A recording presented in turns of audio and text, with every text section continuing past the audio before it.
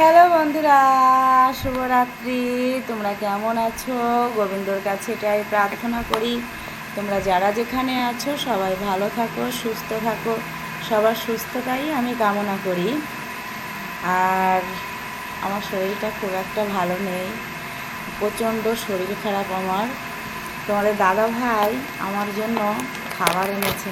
এই যে দেখো, এনেছে লাড্ডু লাড্ডু এনেছে, খাবো এখন বসে বসে।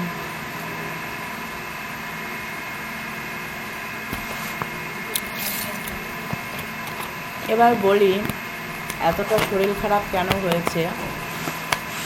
আসলে প্রায় 10 দিন দোকানে কাজের মাসে ছিল না।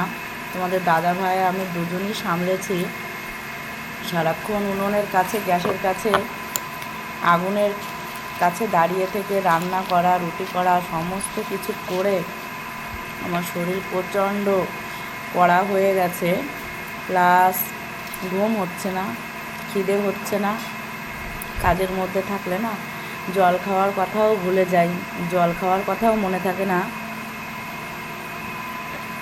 সেই কারণে তোমরা আমাকে দেখেই বুঝতে পারছো আমার শরীরটা খুবই খারাপ। আজকে 12টার সময় দোকান থেকে চলে এসেছি। আজকে কাজের মাসিকে খবর দিয়ে ডেকেছিলাম, দোকানে কাজের মাসি ছিল।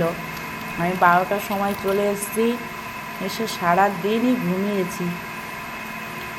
আরও একটা খাবার তৈরি হচ্ছে, সেটা তেলে ভাজা হচ্ছে। ছেলেই খাবারটা রেডি করেছে, আমি আসতেও পারিনি যে কী দিয়ে কী করছে ছেলে। আমি তোমাদের সঙ্গে একটু শেয়ার করব, দেখাবো তোমাদের না। এখন সেটা ফ্রাই হচ্ছে, তোমাদের দাদা ভাই ফ্রাই করছে, দেখাবো সেটা কি জিনিস। মুখরোচক খাবার, সস দিয়ে বসে বসে খাবো। রাত্রে ভাতও খেতে ইচ্ছে করছে না। দুপুরে দোকান থেকে বাড়ি এসে রান্না করেছিলাম। দেখো সব কিছু নিয়েই টেবিলে বসেছি। করেছিলাম এই যে পেঁয়াজি, আর করেছিলাম বেগুন ভাজা। দুপুরে করেছি বেগুন ভাজাটা, যে খুলে গেছে। আর করেছিলাম মুগের ডাল। ওই দিয়েই ছেলে আর আমি দুজনে খেয়েছি।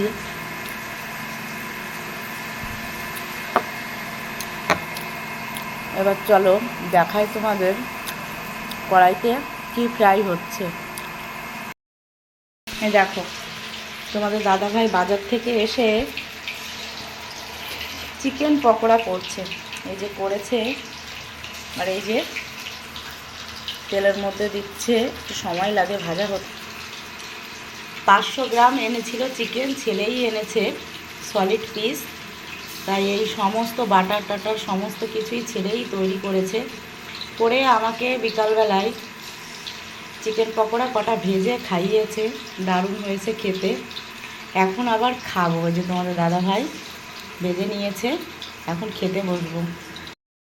এই যে দেখো নিয়ে চলে এসেছি টেবিলে, তবে একটু সস দিয়ে খাবো। ছেলে বাজারে গিয়ে অনেক কিছু বাজার থেকে কিনে নিয়ে এসছে পকোড়া করার জন্য। ভেবেছিলাম একটু তোমাদের সঙ্গে শেয়ার করব, কিন্তু সেটা আর সম্ভব হলো না।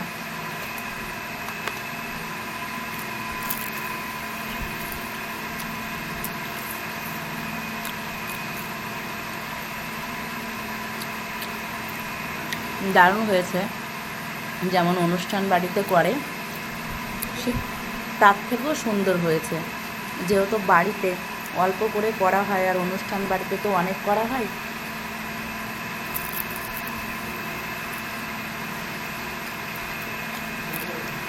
সমস্ত কিছু দিয়ে মাখিয়ে রেখে দিয়েছিল খুব গরম ও বিকালে, তাই মাংসটা এত সুন্দর হয়েছে, নরম।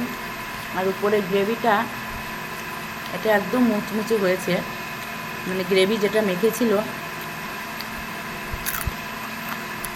তাহলে সবাই ভালো থেকো, আবারও তোমাদের সঙ্গে দেখা করব পরে কোনো ভিডিওতে।